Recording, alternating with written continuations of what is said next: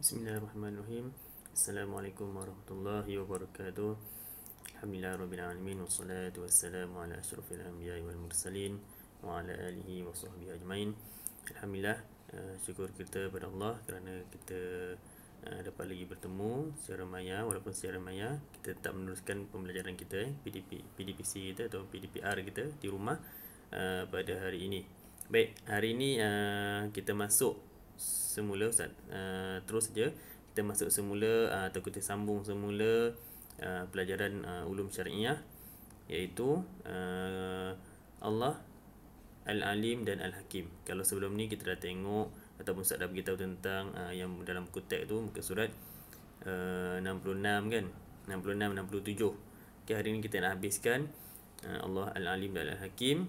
Kita nak habiskan terus, tapi Ustaz dah edit slide ni. So kita terus pada slide inilah. Okay. Kalau ikut pada sebelum ni Ustaz dah beritahu tentang maksud pengertian Al-Alim, Al-Hakim kan. Allah Al-Alim dan Al-Hakim. Okay. Kita ulang boleh dan kita tambah dia punya dalil dan kesan meyakini sifat meyakini nama Allah Al-Alim dan Al-Hakim. Baik, secara ulangan sedikit apa maksud ataupun erti Al-Alim. Baik, erti Al-Alim, Allah Maha mengetahui. Allah mengetahui segala sesuatu, yang setiap sesuatu secara terperinci, dan tiada satu pun yang tersembunyi daripada pengetahuan Allah Subhanahu Wa Taala. Okey, Ustaz dah bagi penerangan je dulu kan, macam mana Allah tahu setiap perbuatan kita. Kita tak ada satu pun yang tersembunyi daripada Allah lah. Dan Allah Al-Hakim, Allah Maha bijaksana. Allah Maha bijaksana. Allah bukan saja pandai, tapi Allah Maha bijaksana. Okey, kita mungkin kita pandai atau bijaksana saja, tapi tidak Maha bijaksana lah kan. Baik, kita terus kepada slide seterusnya, iaitu dalil. Ini secara ringkas Kalau buku teks tu mungkin secara detail lah. Ini secara slide ni secara ringkas. Dalil nakli, okey, ataupun dalil Al-Quran, nama Allah Al-Hakim. Okey, nama Allah Al-Hakim dan Al-Alim dan Al-Hakim. Dalilnya, a'udzubillahi minasyaitonirrajim. Boleh baca sama-sama. Dalil ringkas saja.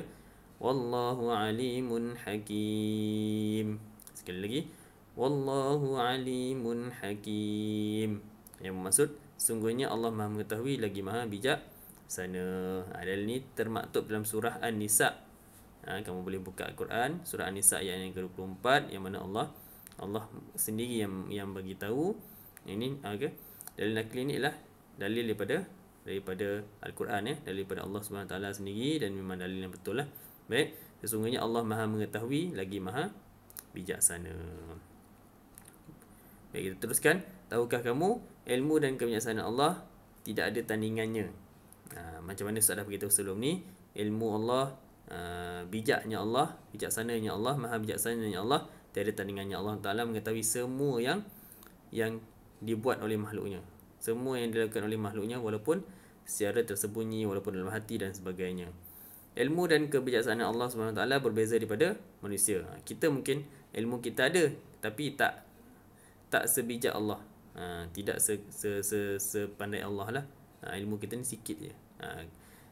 Kalau mengikut daripada penceritaan ataupun mengikut daripada pembacaan Ustaz, macam mana dulu, okey, Sayyidina Abu Bakar As-Siddiq, iaitu salah seorang daripada sahabat Nabi ataupun Khalifah Ar-Rasyidin yang pertama selepas Nabi wafat. Sayyidina Abu Bakar lah yang menggantikan Nabi. Okey, Sayyidina Abu Bakar sendiri mengatakan bahawa ilmu Sayyidina Abu Bakar tu seumpama setitis air je. Okey, tapi ilmu Allah seumpama sebesar lautan.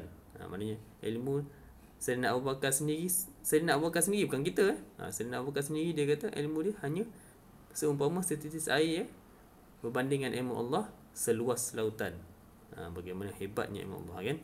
Baik, ilmu dan kebijaksanaan manusia terbatas, sedangkan ilmu dan kebijaksanaan Allah tidak terbatas. Maksudnya ilmu Allah, bijaksananya Allah ni tiada terbatas. Sangat-sangat bijaksana, sangat-sangat banyak ilmu Allah. Okey.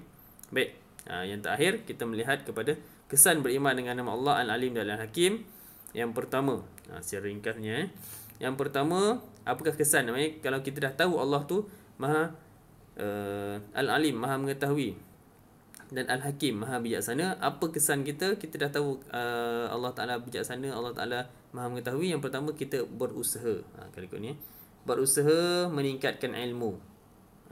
Maknanya kita sentiasa berusaha lah, nak tambah pengetahuan, nak belajar, kan.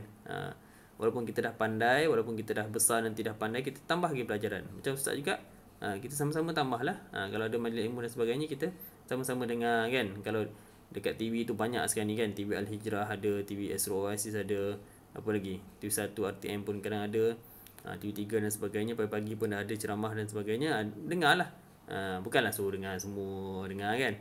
Maknanya kalau ada peluang dengar free-free tu, dengar lah, kan. Dengar macam mana tazkirah pada ustaz, tazkirah pada ustazah dan sebagainya. Kita dengar, kita ambil ilmu tu sebagai satu pengetahuan kepada kita, walaupun kita dah tahu benda tu. Mungkin ada sebagainya kita tak tahu. So kita dengar, dan kita dapat meningkatkan ilmu kita. Baik. Yang seterusnya, ni dia punya huraian lah yang warna merah tu. Belajar ilmu yang bermanfaat, tekun dan bersungguh-sungguh. Kamu sebagai pelajar, walaupun sekarang ni kita PDPR di rumah, tapi kita anggap tu sebagai satu ilmu lah. Ni Ustaz record video ni sebagai satu video, satu ilmu yang bermanfaat, dan kita bertekun dan berusaha bersungguh-sungguh. Dengar video ni betul-betul.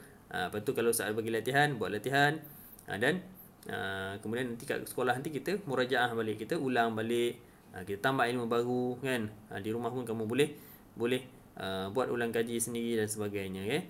Yang kedua, mentaati perintah Allah. Kesan kita beriman dengan Allah, kita akan taat dengan perintah Allah, kita akan lipat gandakan amalan kita. Ni dah masuk bulan Rejab.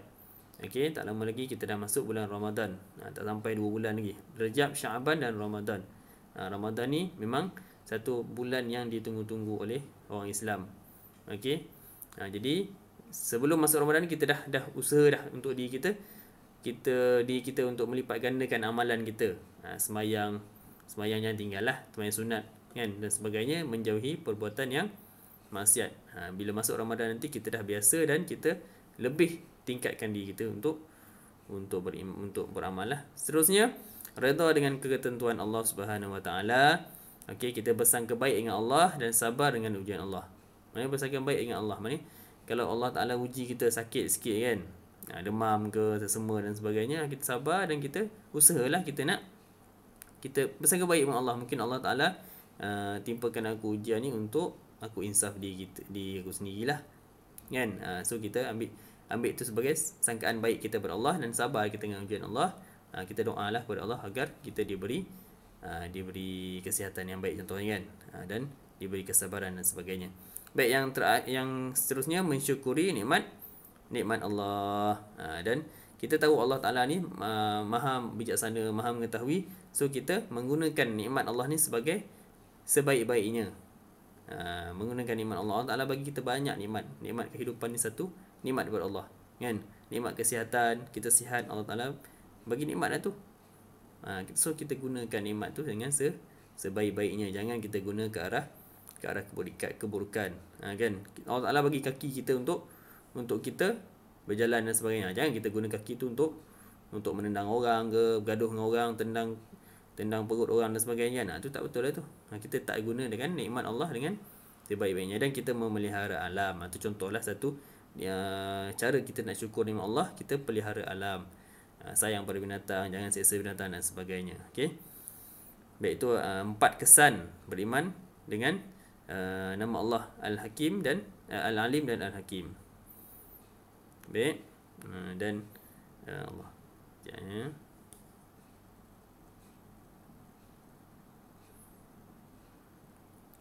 Rumusannya, sebagai rumusannya, kita hendaklah beriman dengan Allah. Ya. Kita hendaklah beriman dengan Allah Al-Alim dan Al-Hakim, dengan mensyukuri segala nikmat yang diberikan, sentiasa melipat gandakan amalan untuk mendapat keredaan Allah Subhanahu Wa Taala. Okey, secara rumusannya kita sebagai orang Islam lah. Okey, sebagai orang Islam, kita hendaklah mempercayai ataupun wajib percaya pada Allah, dengan Allah ni bersifat, okey, Al-Alim dan Al-Hakim, yang maha mengetahui dan maha bijaksana, dan kita hendaklah mensyukuri segala nikmat Allah Ta'ala tu, dan hendaklah wajib percaya bahawa segalanya Allah tentukan, segalanya Allah melihat kita dan Allah Maha mengetahui segala perbuatan kita. Okey. Dan apa yang baik daripada Allah untuk sampai di situ saja. Apa yang baik daripada Allah dan apa yang buruk daripada kesalahan Ustaz sendiri. InsyaAllah Ustaz akan bagi latihan. Nanti kamu akan rujuk pada WhatsApp ni. Nanti Ustaz akan bagi latihan. Mungkin Ustaz minta kamu buat buku aktiviti yang kamu dah dapat itu kan. Buku aktiviti yang warna pink tu. Nanti Ustaz beritahulah muka surat apa yang kena buat. Boleh buat dan nanti kalau dah masuk sekolah boleh hantarlah. Okey. Baik. Kita jumpa lagi insya-Allah pada masa akan datang. Assalamualaikum warahmatullahi wabarakatuh.